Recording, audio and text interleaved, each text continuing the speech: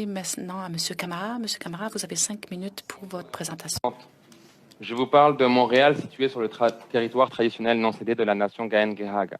Je tiens à remercier les membres du Comité permanent immigration et citoyenneté de nous donner l'occasion de présenter ici les recommandations de notre organisation, Le Québec, c'est nous aussi.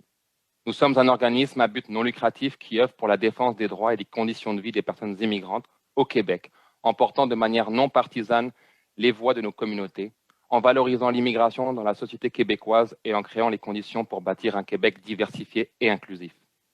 Aujourd'hui, si je prends la parole, c'est au nom de dizaines de milliers de personnes qui vivent des injustices, des délais déraisonnables, des décisions arbitraires d'un ministère qui ne semble plus avoir les moyens de ses ambitions. Ma voix est sûrement plus forte et émotive, car nous vivons ces drames au plus proche des membres de notre communauté, et je veux tant bien que mal décrire leur détresse. Aujourd'hui, on parle de taux extrêmement élevés de refus de permis d'études pour des étudiants francophones de certains pays d'Afrique. Dans un premier temps, je veux m'attarder sur le principe sous-jacent de ce refus. Le fait que le Canada ne croit pas que ses étudiants vont quitter le pays après leurs études. Ainsi, l'agent applique à la lettre l'article 179B du règlement sur l'immigration.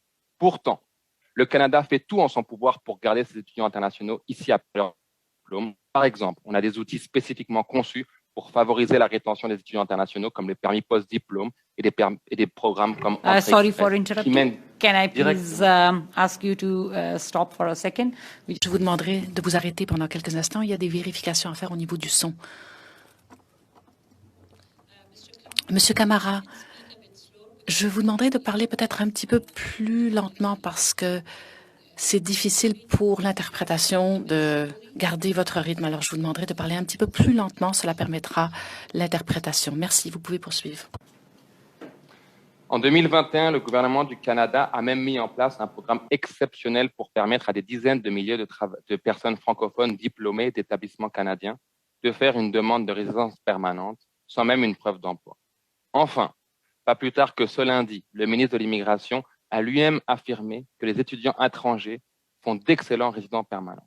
On voit bien que le Canada a à cœur de garder des étudiants internationaux sélectionnés par ces établissements.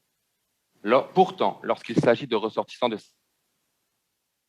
refus, il est clair que Je m'excuse de vous interrompre encore.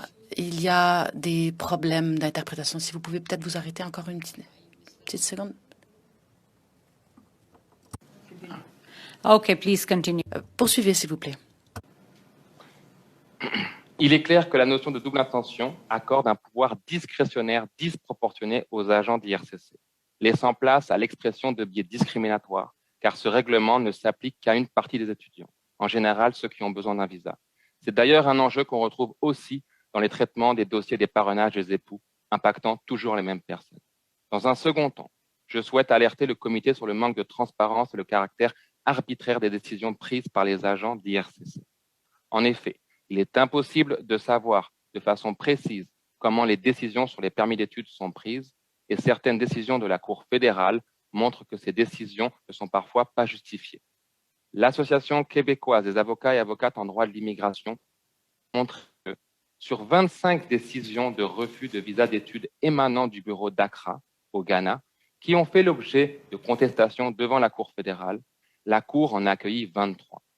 Cela veut donc dire que la presque totalité des demandes qui s'étaient vues refusées auraient dû en fait être acceptées. Ce n'est qu'un échantillon de l'enjeu majeur auquel nous faisons face aujourd'hui. Chaque dossier refusé ne devrait pas avoir à aller à la Cour fédérale pour ce qui devrait être une simple demande de permis d'études. Les enjeux de transparence ne s'arrêtent donc pas là.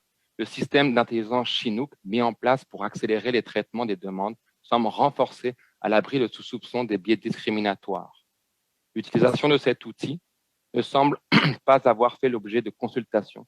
Et s'il augmente le rythme de certains traitements de dossiers, il semblerait qu'il mène davantage de refus sans besoin de justifier son fonctionnement. Dans le contexte où un rapport des employés sur l'antiracisme montrait que des personnes employées par IRCC étaient préoccupées par le fait que certaines manifestations de racisme, même subtiles, peuvent avoir une incidence sur le traitement des cas d'immigration, le taux de refus qui diffère d'un pays à l'autre y a même été donné à titre d'exemple. Nous avons donc ici la preuve que des biais racistes ont des incidences sur le traitement des dossiers et que des discriminations selon les pays de résidence existent à IRCC. Aujourd'hui, nous arrivons devant vous avec des préoccupations très importantes, mais nous apportons des solutions pragmatiques et structurelles. À court terme, nous recommandons un arrêt immédiat de l'utilisation du logiciel Chinook, une publication claire et explicite des directives données aux agents d'IRCC et la mise en place d'un mécanisme de remboursement des frais de scolarité encourus pour les personnes dont les permis d'études ont été refusés. Et à moyen terme, nous vous recommandons une augmentation substantielle du budget accordé à IRCC chaque année. IRCC a besoin de plus de moyens pour atteindre ses propres cibles de traitement, mais également pour le faire avec humanité et décence pour les agents et les personnes candidates. Et enfin, pour conclure, le dépôt d'un projet de loi créant le poste d'Ombuds Immigration Réfugiés Citoyenneté Canada. Plus de clarté et de transparence ne peuvent servir qu'à la fois au Canada. J'ai déjà contacté l'honorable ministre de l'Immigration. Sorry ainsi for que sa secrétaire interrupting. parlementaire. Désolé de vous interrompre. Désolé de vous interrompre. Votre temps est écoulé. Nous allons passer maintenant